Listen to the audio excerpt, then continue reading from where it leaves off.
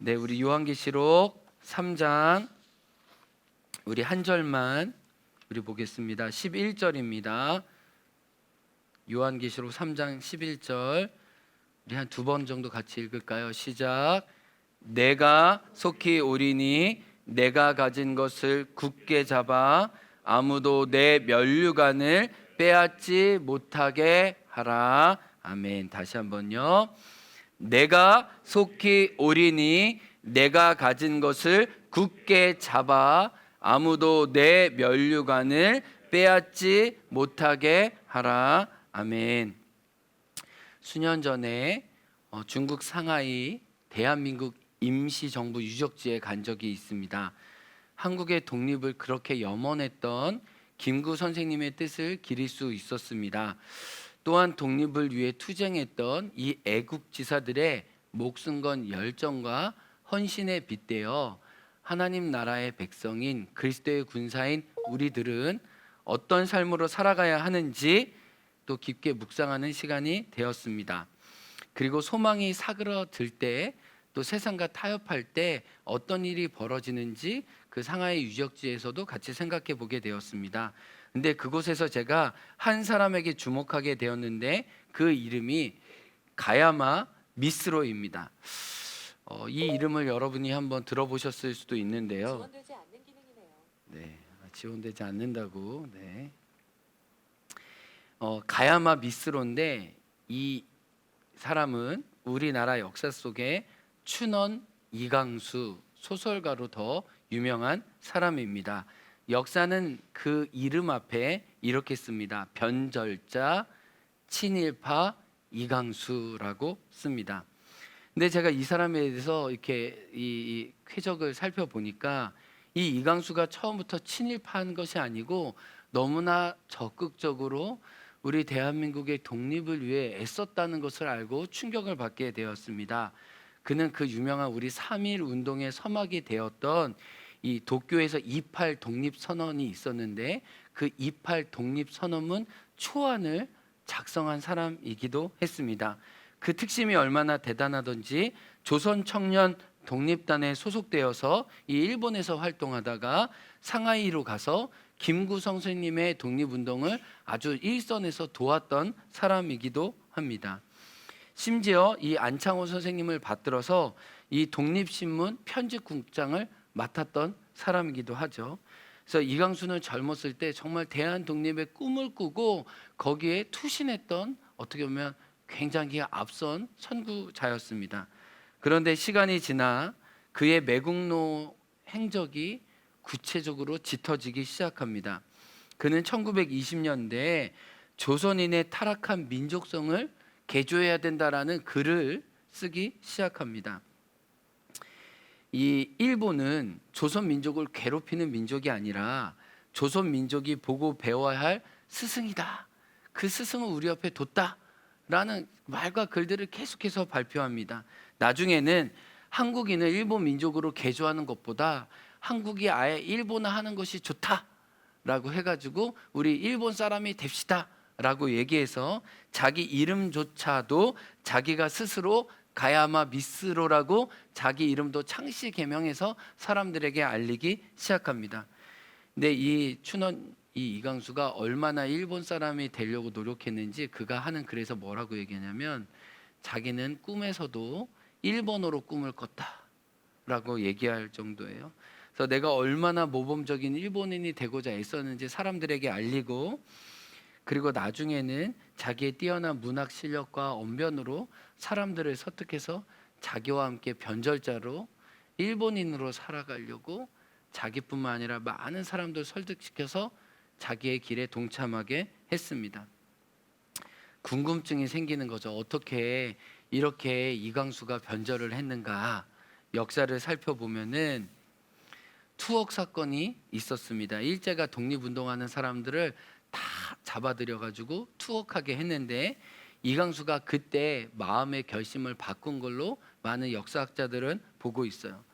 감옥에서 너무 고달프고 이렇게 내가 독립운동을 하느니 이렇게 강하고 힘이 있는 일제의 수능에서 사는 게 이 고난을 피하는 길일 수 있겠다 마음을 그렇게 이렇게 변심한 걸로 보고 그 투옥 사건 이후에 구체적으로 조금씩 걸어갔던 길이 나중에는 자기와 함께 많은 사람이 정말 일본에 정말 어떻게 해서 일본의 그 군대 집용하는데 사람들을 모집하는 연설자로 나서기도 하는 정말 최악의 인물이 되기도 합니다.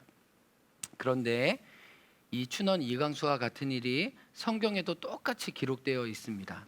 바로 바울과 함께 하나님 나라 운동에 참여했던 데마라는 사람이 그렇습니다. 데마는 바울과 함께 복음의 열린 문에 동참했던 사람입니다. 바울과 함께 선교 일선의 최앞선에 있었던 사람입니다.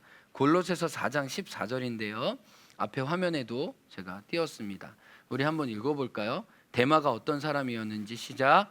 사랑을 받는 의사 누가와 또 데마가 너희에게 문안한다. 이 말은 뭐냐면 골로새서를 쓸 때 골로새 쓰는 이 자리에 동역자 누가와 데마도 함께 하고 있다는 겁니다.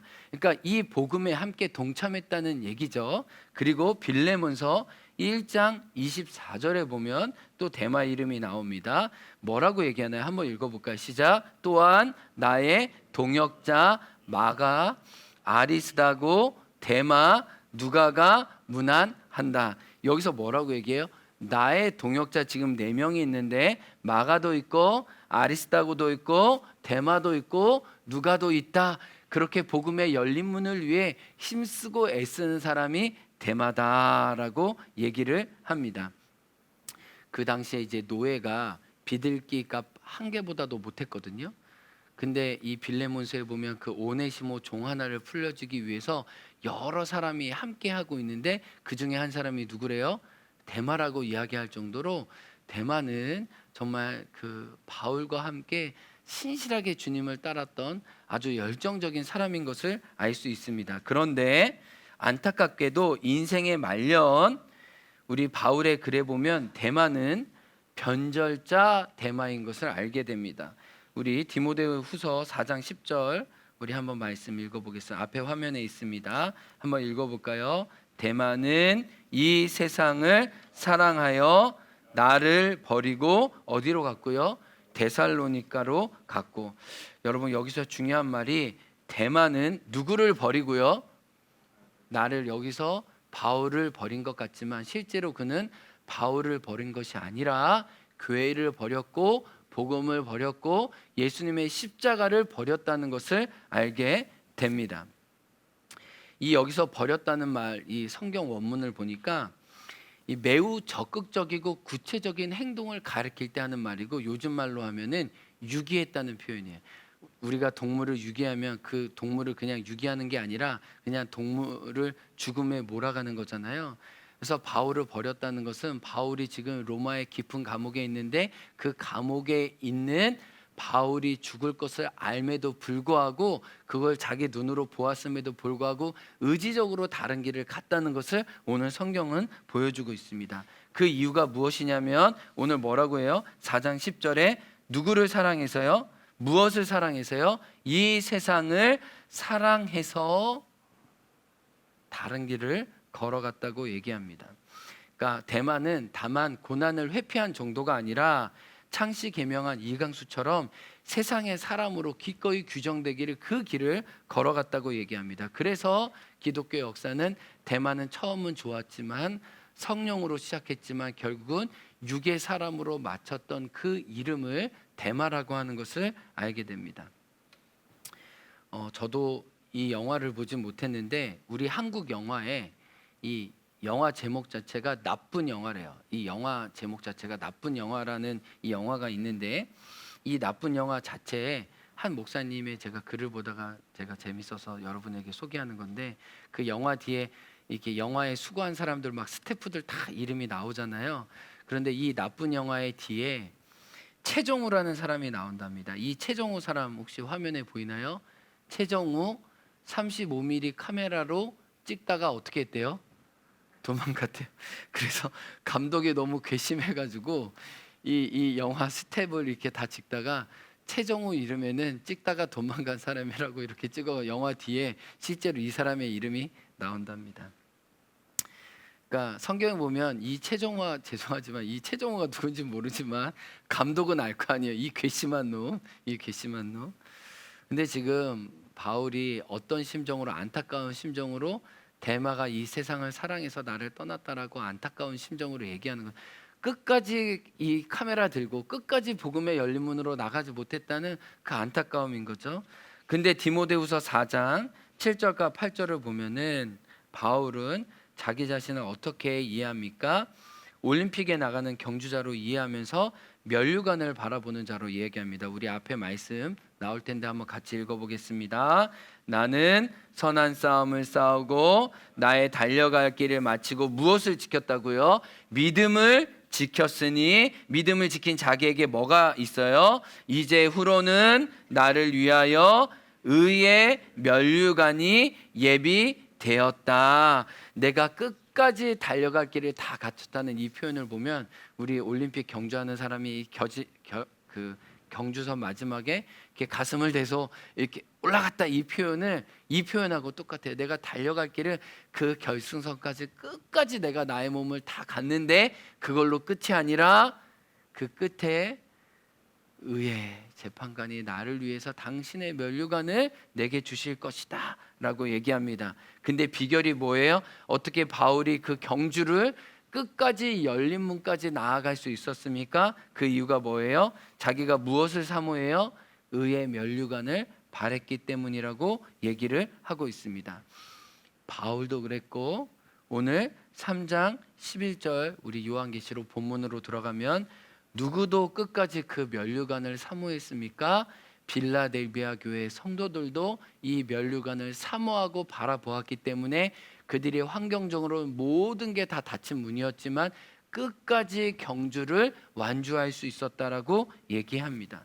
저는 이 빌라델비아 교회 성도들이 면류관을 바라보고 경주를 완주했던 것처럼 저와 여러분도 2022년 그 면류관을 바라보고 완주하는 하나님의 백성이 되길 축복합니다.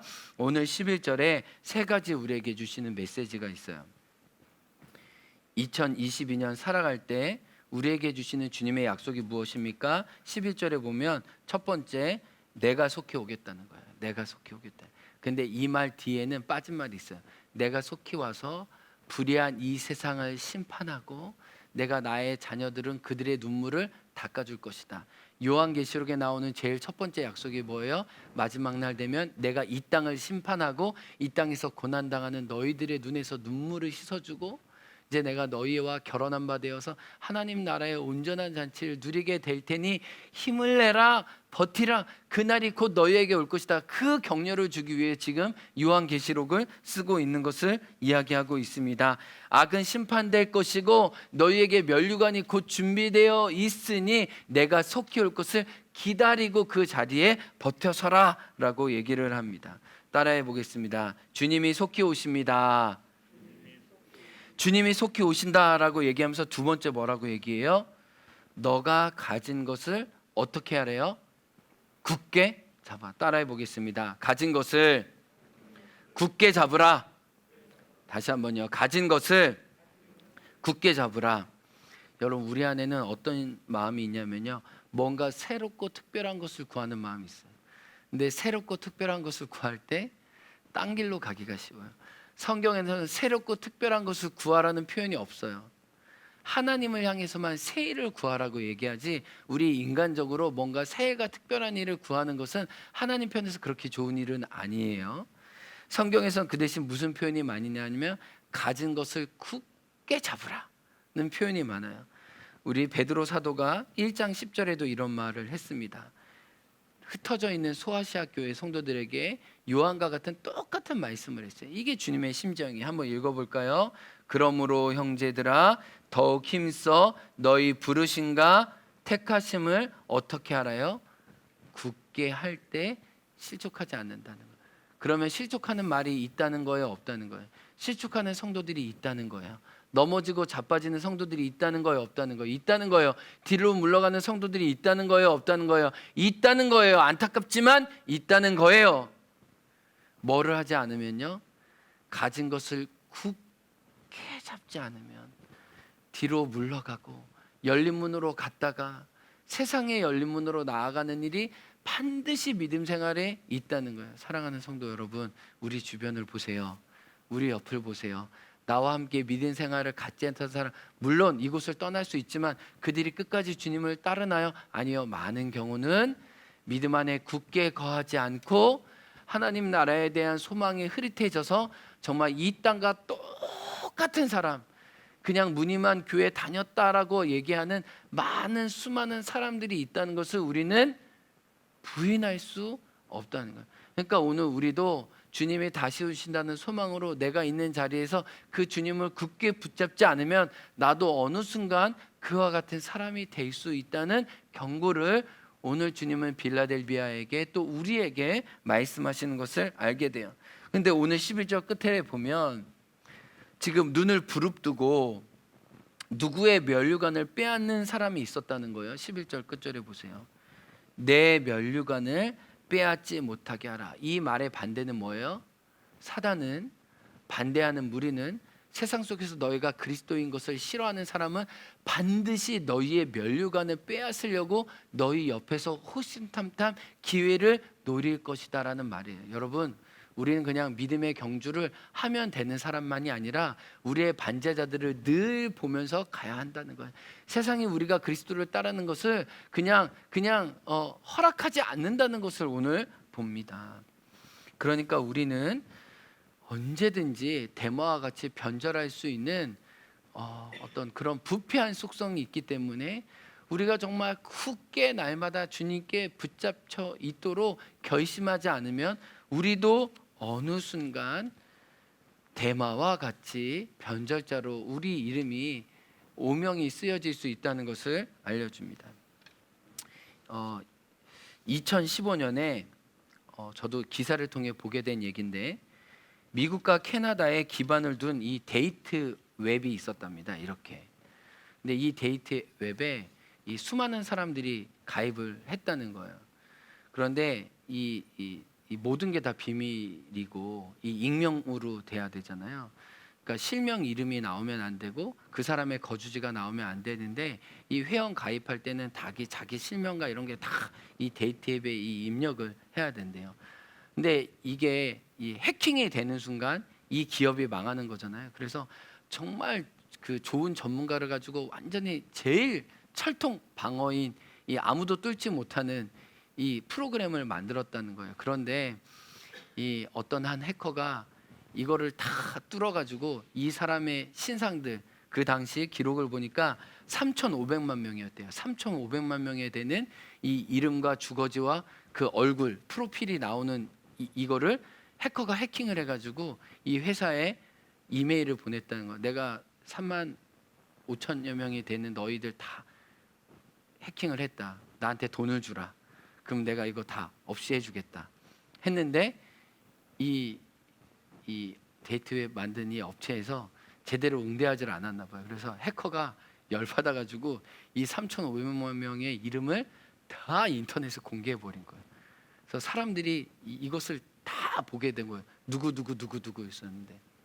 근데 이거 공개되는 그 다음 주에 그렇게 많은 사람이 자살을 했다는 거예요. 근데 자살한 사람 중에는 목사도 있었고 신부도 있었다는 거예요.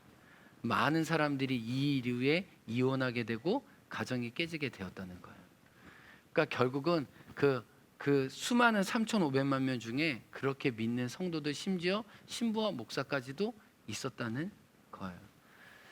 그러니까 마지막 날까지 들키지 않을 거야, 숨길 수 있을 거야라고 했던 게 그 해커를 통해서 그 어둠 가운데 있던 일이 온 천하에 공개되어 있는 거죠.